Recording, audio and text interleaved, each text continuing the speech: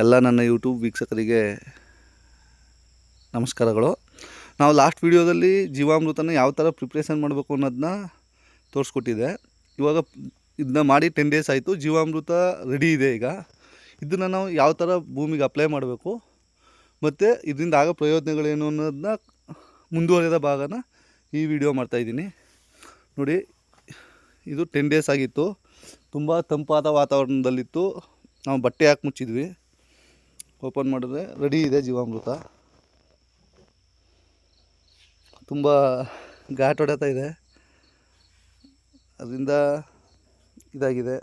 ಜೀವಾಮೃತ ಮಣ್ಣಿನ ಸುಧಾರಣೆಗೆ ತುಂಬ ಮುಖ್ಯವಾದದ್ದು. ನಾವು ಈಗ ಯಾಲಕ್ಕಿಗೆ ಅಪ್ಲೈ ಮಾಡ್ತಾಯಿದ್ದೀವಿ. ಇದನ್ನು ಮಣ್ಣಲ್ಲಿರ್ತಕ್ಕಂತಹ ಸೂಕ್ಷ್ಮಾಣುಜೀವಿಗಳನ್ನ ಇದು ವೃದ್ಧಿಪಡಿಸ್ಕೊಡ್ತದೆ.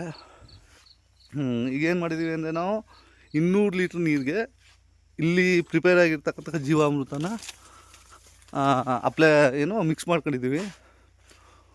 ನೋಡಿ, ಇದು 200 ಲೀಟ್ರ್ ಡ್ರಮ್ಗೆ ಮಿಕ್ಸ್ ಮಾಡ್ಕೊಂಡಿದ್ವಿ. 1 ಲೀಟ್ರ್ 10 ಲೀಟ್ರ್ ನೀರಿಗೆ 1 ಲೀಟ್ರ್ ಜೀವಾಮೃತದಂತೆ ನಾವು ಮಿಕ್ಸ್ ಮಾಡ್ಕೊಂಡಿದ್ದೀವಿ. 200 ಲೀಟ್ರಿಗೆ 20 ಲೀಟ್ರ್ ಜೀವಾಮೃತ ಹಾಕೊಂಡಿದ್ದೀವಿ. ಇದನ್ನ ನಾವು ಡೈರೆಕ್ಟಾಗಿ ಮಣ್ಣಿಗೆ ಅಪ್ಲೈ ಮಾಡ್ತಾಯಿದ್ದೀವಿ. ಈ ಥರ ನಾವು ಡೈರೆಕ್ಟಾಗಿ ಮಣ್ಣಿಗೆ ಇದು ಹಾಕೋದ್ರಿಂದ ಏನು ಉಪಯೋಗ ಅಂದರೆ, ಬೇರುಗಳ ವೃದ್ಧಿ ಆಗುತ್ತೆ. ಕೊಂಬೆ, ಈ ಥರ ಕೊಂಬೆಗಳಿರ್ತಾವಲ್ಲ ಅದು, ಮತ್ತು ಬೇರು, ಎಲೆಗಳ ವೃದ್ಧಿ ಆಗುತ್ತೆ ಚೆನ್ನಾಗಿ. ಮತ್ತು ಜೀವಾಮೃತ ಸ್ವಾಭಾವಿಕ ಗೊಬ್ಬರವಾಗಿ ಕೆಲಸ ಮಾಡುತ್ತೆ. ಇದನ್ನ ಅಪ್ಲೈ ಮಾಡೋದ್ರಿಂದ ನಾವು ರಾಸಾಯನಿಕ ಗೊಬ್ಬರದ ಮೇಲೆ ಅವಲಂಬಿಯಾಗಿರೋದನ್ನ ತುಂಬ ಕಡಿಮೆ ಮಾಡ್ಕೋಬೋದು. ರೋಗ ನಿರೋಧಕ ಮತ್ತು ಕೀಟ ಬಾಧೆಗಳನ್ನ ತಡೆಗಟ್ಟುತ್ತೆ. ಅಂದರೆ ಕೀಟ ಬಾಧೆಗಳನ್ನ ತಡೆಗಟ್ಟುತ್ತೆ ಅಂದರೆ ಇದು ಆಲ್ಮೋಸ್ಟ್ ರೋಗ ನಿರೋಧಕ ಶಕ್ತಿಯಾಗಿ ಕೆಲಸ ಮಾಡುತ್ತೆ. ನೋಡಿ, ಈ ಥರ 2 ಕಡೆಗೂ ಅಪ್ಲೈ ಮಾಡಿದ್ದೀವಿ. ಈ ಜೀವಾಮೃತ ಅಪ್ಲೈದಲ್ಲಿ ನಮಗೆ ತುಂಬ ಒಂದು ಅತ್ಯುತ್ತಮವಾದ ಪ್ರಯೋಜನ ಏನಂದರೆ, ನೀರನ್ನು ಹಿಡಿದಿಟ್ಕತ್ತೆ ಚೆನ್ನಾಗಿ ಮಣ್ಣು.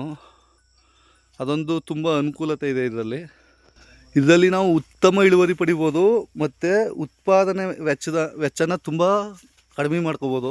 ಯಾಕಂದರೆ ನಾವು ಜೀವಾಮೃತ ತಯಾರಿಸ್ಬೇಕಾದ್ರೆ ಬೇರೆ ಯಾವುದೇ ಥರದ ಖರ್ಚು ವೆಚ್ಚಗಳಿರಲ್ಲ. ಯಾಕಂದರೆ ನಮ್ಮ ಮನೇಲಿರ್ತಕ್ಕಂತಹ ಸಗಣಿ, ಗೋಮೂತ್ರ, ಇದರಿಂದನೇ ಬೆಲ್ಲ, ಅದರಿಂದನೇ ನಾವು ಮಾಡೋದ್ರಿಂದ ತುಂಬ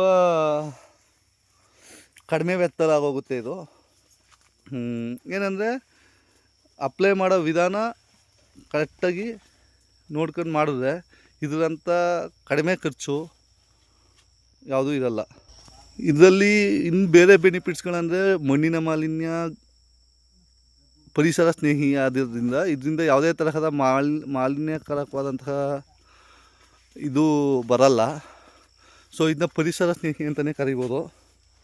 ನಾವು ಈ ಜೀವಾಮೃತ ಅಪ್ಲೈ ಮಾಡೋದನ್ನ ಸಾವಯವ ಕೃಷಿಯ ಅವಿಭಾಜ್ಯ ಅಂಗ ಅಂತ ಕರಿಬೋದು.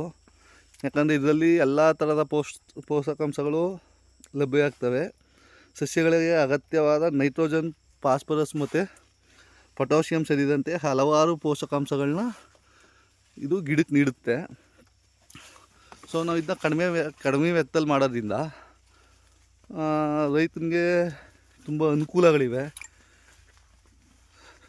ನೋಡಿ, ಇಲ್ಲಿ ನಾವು ಅಪ್ಲೈ ಮಾಡಿರೋದು ಮಣ್ಣಿಗೆ ಅಪ್ಲೈ ಮಾಡಿರೋದ್ರಿಂದ ಈ ಥರ ಅಪ್ಲೈ ಮಾಡಿದ್ದೀವಿ.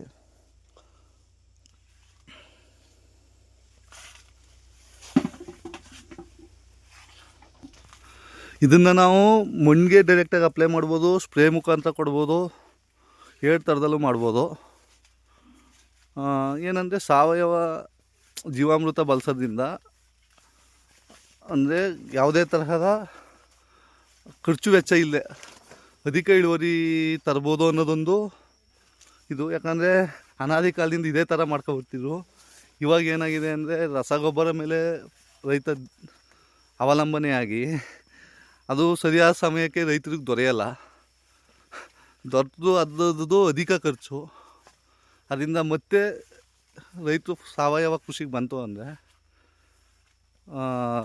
ಯಶಸ್ವಿನೂ ಆಗ್ಬೋದು, ಜೊತೆಗೆ ಮಣ್ಣಿನ ಗುಣಮಟ್ಟನೂ ಸುಧಾರಿಸ್ಕೋಬೋದು.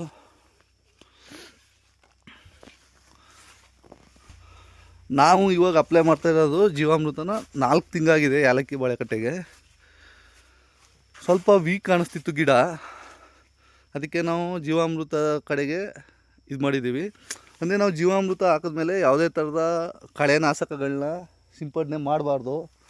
ಜೊತೆಗೆ ಯಾವುದೇ ಥರದ ಕೀಟನಾಶಕಗಳು ಮತ್ತು ಔಷಧಿಗಳನ್ನ ಸ್ಪ್ರೇ ಮಾಡಬಾರ್ದು. ಯಾಕಂದರೆ ನಮ್ಮ ಸೂಕ್ಷ್ಮಾಣುಜೀವಿಗಳು ವೃದ್ಧಿ ಆಗೋ ಟೈಮಲ್ಲಿ ನಾವು ಮಾಡ್ತು ಅಂದರೆ ಸೂಕ್ಷ್ಮಾಣುಜೀವಿಗಳು ಸತ್ತೋಯ್ತವೆ.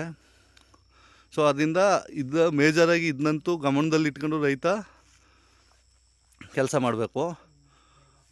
ಇದನ್ನ ನೆಕ್ಸ್ಟು ಇನ್ನೊಂದು 20-25 ಡೇಸ್ಗೆ ನಾನು ಯಾವ ಥರ ಡೆವಲಪ್ ಆಗಿದೆ ಅನ್ನೋದನ್ನ ನೆಕ್ಸ್ಟ್ ವೀಡಿಯೋದಲ್ಲಿ ನಿಮಗೆ ತಿಳಿಸ್ಕೊಡ್ತೀನಿ. Thank you.